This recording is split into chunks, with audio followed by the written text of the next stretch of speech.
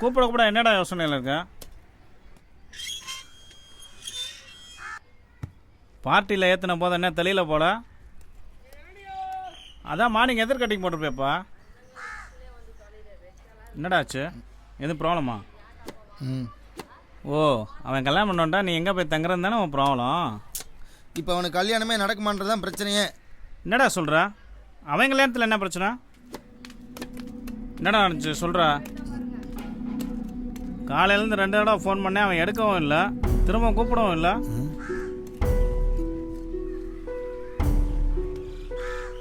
கார்த்தி, அன்னைக்கு night party முடிஞ்சதும் அங்கேயே தங்கிடலான்னு தான் அம்ஜித் சொன்னான்.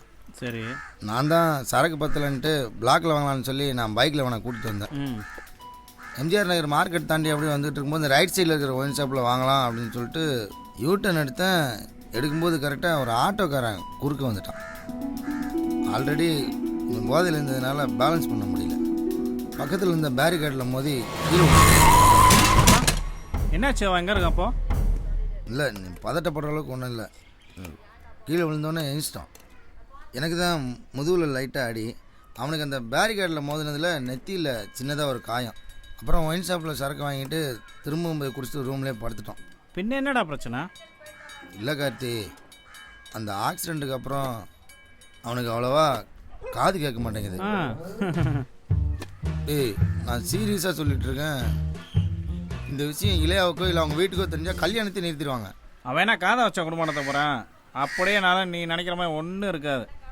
இல்லை கார்த்தி, அந்த ஆக்சிடெண்ட்டுக்கு அப்புறம் அவனுக்கு உண்மையிலே அவ்வளோவா காது கேட்க மாட்டேங்குது. இது அவங்ககிட்டையும் சொல்ல முடியல. இது என்னால் தான் நினைக்கும் போது எனக்கு ரொம்ப பயமாக இருக்குடா. அதான் எப்படியாவது இளையகிட்ட சொல்லி அதை பக்குவமாக அவங்ககிட்ட சொல்லிடலான்னு பார்க்குறேன். ஏண்டா அவன் பேச்சுலர் பார்ட்டி கொடுத்தா அவன் லவ்வுக்கு அதை ஃபேர்வெல் பார்ட்டியை மாற்றிடுவோம் போல. அவங்ககிட்ட தான் சொல்ல முடியல, வேறு யாருக்கிட்டையும் சொல்லக்கூடாதுன்னா இது அப்படியே எப்படா விடுறது? அவன் நம்ம ஃப்ரெண்ட்ரா. இப்போ என்ன சொல்ல வர? அவனுக்கு அவ்வளவா கேட்கலையா இல்லை அவ்வளவும் கேட்கலைங்கிறியா? அதெல்லாம் தெரில, ஆனால் அவனுக்கு காது கேட்கலன்னு மட்டும் தெரியுது.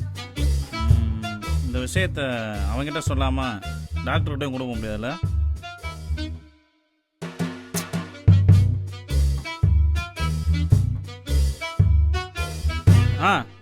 அப்போ நான் சொல்கிற மாதிரி ஒன்று செய். வீட்டில் நீங்கள் 2 பேருமே தனித்தனி ரூம் தானே? ஆமாம். சரி, நீ வீட்டுக்கு போனதும்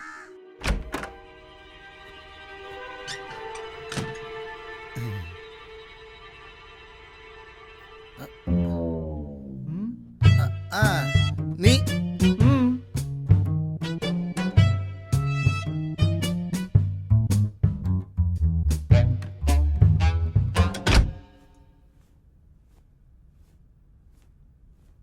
ரூமுக்குள்ளே போனதும் அவன் பார்க்காத மாதிரி மறைஞ்சு நில்லு.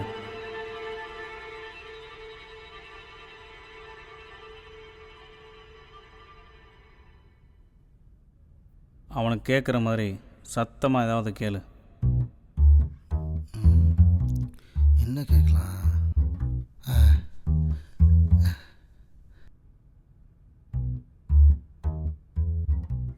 என்னடா சாப்பிட்ட மச்சான்? ஐயோ, கேட்கல.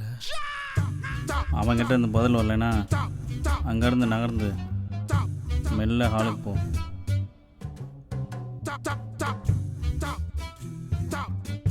அதே கேள்வியை மறுபடியும் கேளு. என்னடா சாப்பிட்ட மச்சான்?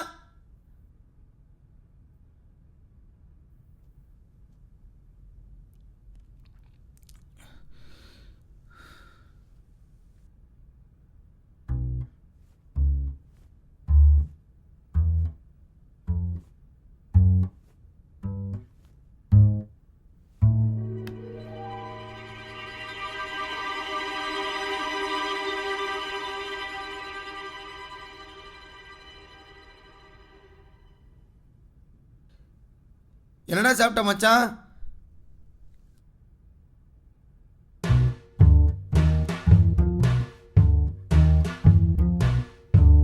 மச்சான்,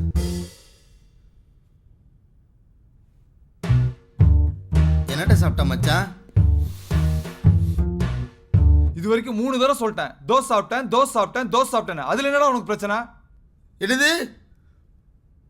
பதில் சொன்னியா? ஐயோ டேய், ஒரே ஒரு நிமிஷம் இரு மச்சான். என்னாச்சு இன்னைக்கு இந்த கல் தோசைக்கு?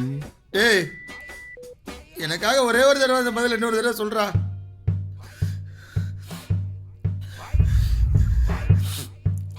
ஒத்த என்னடா சட்டம் மச்சான்?